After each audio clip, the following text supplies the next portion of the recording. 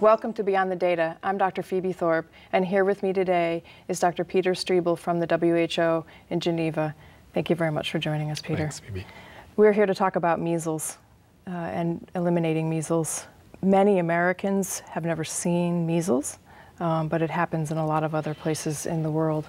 Can you tell our audience a little bit about the variability in measles across the world? Yeah, sure.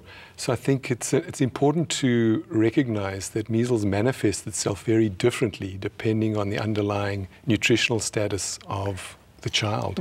So in the United States, where there's good nutrition, good access to health care, the complications are relatively rare, and often measles is transient, lasts about a week, fever, rash, sore eyes, cough, and the child gets better. However, of course, occasionally, so about 1 in 1,000 cases can get an inflammation of the brain, and probably 1 to 2,000 may actually die. So while severe complications are rare, they do occur. But the general perception among parents and even providers is that it's a relatively mild illness. Contrast that with a developing country setting, vitamin A deficiency, protein energy malnutrition, where children are really malnourished. Here the picture's very different. Children get severe pneumonia on top of the measles, and the proportion who die can be as much as 1 in 10. So you're looking at 1 in 1,000, 1 in 5,000 in the US versus 1 in 10.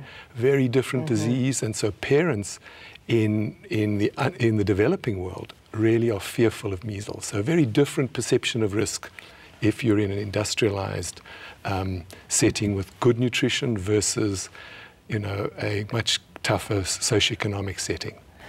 They do say about measles, though, that a case anywhere means a case everywhere. Right. Yeah, what can you say about that? Because that's an interesting saying. Yeah, so this is the other thing that's really important. Measles is very infectious. And so in the pre-vaccine era, basically everybody got measles. Very rare to get to age 15 or 20 without having had measles. It's that infectious. And so as a result, if you have an outbreak, and for example, we have an outbreak now in Mongolia, we've seen cases have occurred in the US as importations. So, and this is how easily measles spreads. Because it's that infectious.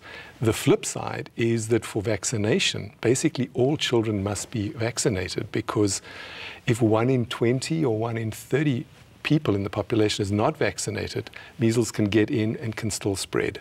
So the level of immunity in the population, vaccination, has to be extremely high. And it's higher than pretty much any other vaccine-preventable disease. So that infectious capacity, the ability for a person who's, and also early on in measles, you're not symptomatic, you don't feel sick. So for 4 days before you get the rash, you feel fine, and you can travel around, but you can spread. Hence spread on airplanes, in public places. So the measles anywhere is a risk everywhere. Is a reality we face all the time.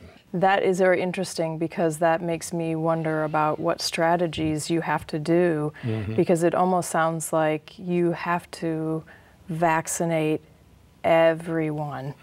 And that's a hard goal to reach. Can you tell me about some of the strategies that you know are working, and then maybe some of the areas that you're having difficulty making those strategies work? Right. So our fundamental strategy is to vaccinate children as soon as they turn 12 months of age. That's in the US, for example, and that's because maternal protection wears off during the first months of life, and by about 9, 12 months, the infants are susceptible. So our primary strategy is on-time vaccination with the first dose at 12 months here in the US, and then a second dose at school entry. And the timing is really important, because you can imagine if children are late or miss their dose, they build up in the population, and there's a risk of outbreaks. And as I mentioned before, you need 1 in 20 susceptible, and you can have an outbreak that continues to I'm sorry, spread. so when you say 1 in 20, you mean if there were say there were 100 children in the room and only 5 were not vaccinated, that would be enough to continue to spread it. Correct. Wow, 5 out of 100 is all you need. So your program goal practically is all children, because some children cannot get vaccinated because they're immune suppressed, for example. So those few. So programmatically, we really have to stress on-time, routine vaccination with the first dose and with the second dose. This is really critical.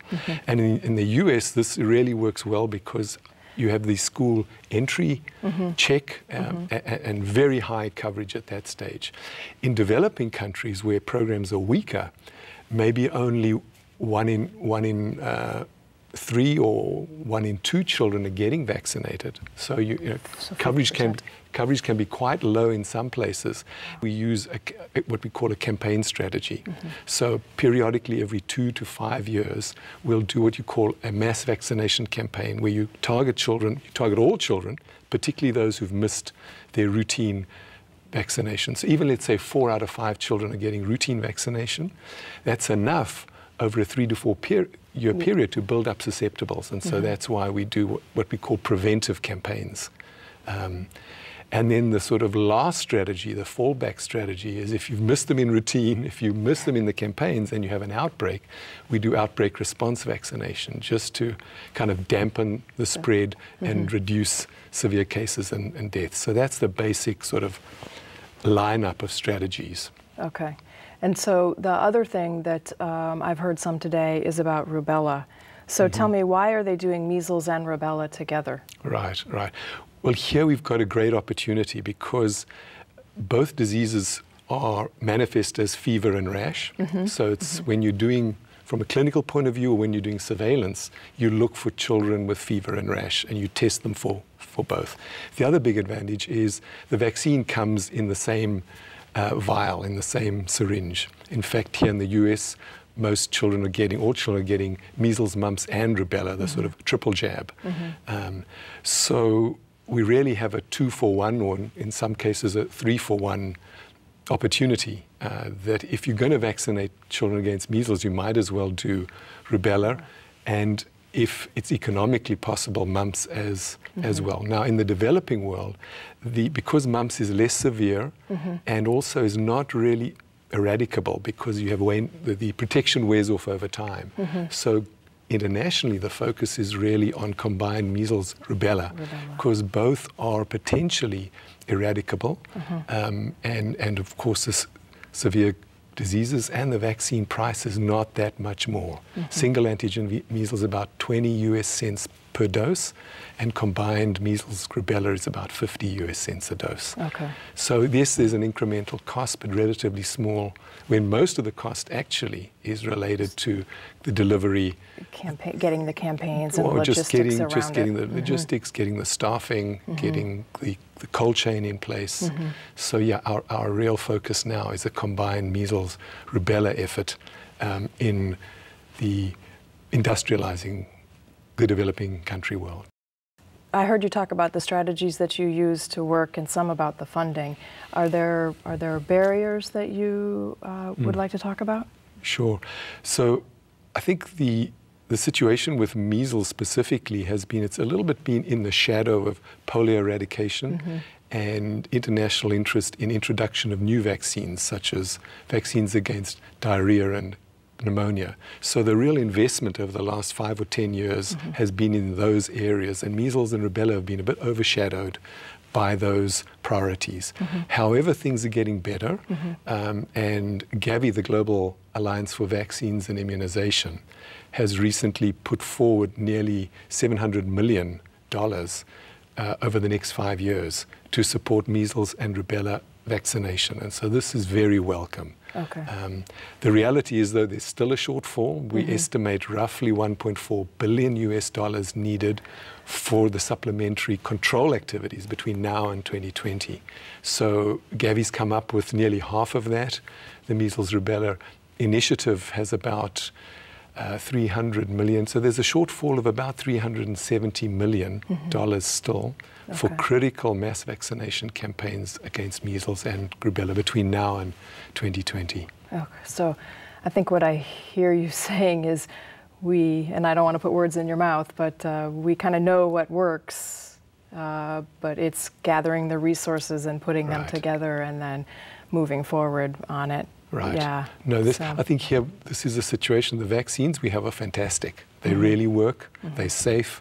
Our real battle or our challenge is getting them used. And so this is where, both the resources are important, and I think also just the commitment within the countries to really take this up, particularly if they're war-torn, if they have other natural disasters. These sorts of settings are where you really get children who are unvaccinated, and measles is really a big risk. One of the points that came out in the session today was that the WHO has set the goal that 5 out of the 6 regions would have the measles eliminated. That's pretty close to eradication. Can you tell me, and it was by 2020, can you share a little bit your thoughts about that, how reachable that is? Right. So firstly, there's what's called the Global Vaccine Action Plan, which sort of defines the global effort across all vaccines from 2011 to 2020. And in there, 5 of the 6 WHO regions are targeted to have eliminated measles and rubella. But in fact, all member states in the 6 WHO regions have individually established a target date for measles elimination on or before 2020. So from a biological point of view, if all the countries succeed at the same time, we have global eradication. So that's the technical biological stand, which, as the experience in the Americas shows us, this can be achieved. However, what's missing is real consensus and political commitment and financial commitment up front to go for global eradication now. So, and I think the reason is, obviously, we're still in the last stages of the battle with polio eradication. So I think people are very mindful of finishing that battle first. I think that's a critical point. And also then mustering enough financing up front, because for eradication of measles, it would be very important to go fast and hard, because what we learned from polio is if you drag this, if this goes on for a long time, it's very costly. It takes up a lot of time and resources. So just to make the point that we do not yet have a global eradication goal, but we do have individual member countries and the regions targeting elimination. Thank you very much for joining us. I appreciate it. Thanks for having me. And thank you for joining us, and we'll see you next time on Beyond the Data.